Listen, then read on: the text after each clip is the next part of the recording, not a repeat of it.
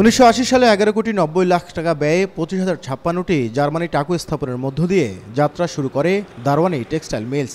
মানসম্মত সুতো উৎপাদন করে দেশ ছাড়িয়ে বিদেশেও জায়গা করে নেয় প্রতিষ্ঠানটি। তবে নানা অব্যবস্থাপনায় লোকসানের ভারে 1995 সালে মিলটির উৎপাদন বন্ধ হয়। বেকার হয়ে পড়েন 1000-এর বেশি শ্রমিক কর্মচারী।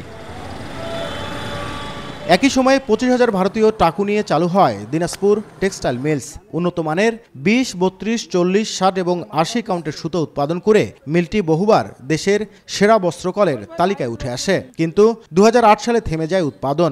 এরপর রক্ষণাবেক্ষণের অভাবে যন্ত্রপাতি একে একে বিকল হয়ে পড়ে, এমনকি হরহামেশাই চুরি হচ্ছে মূল্যবান যন্ত্রাংশ। মিলটার অবস্থা বর্তমানে তো অকেজো।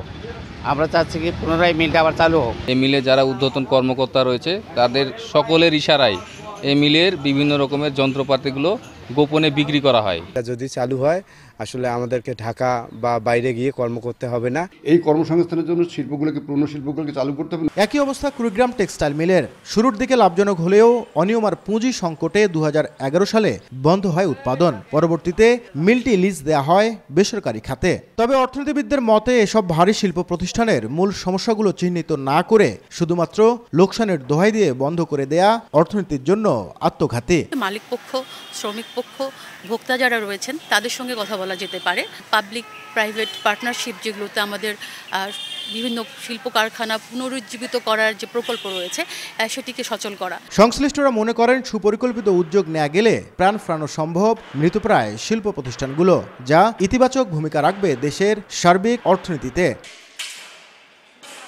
নাজমুল ইসলাম নিশাত, সময় সংবাদ, রংপুর।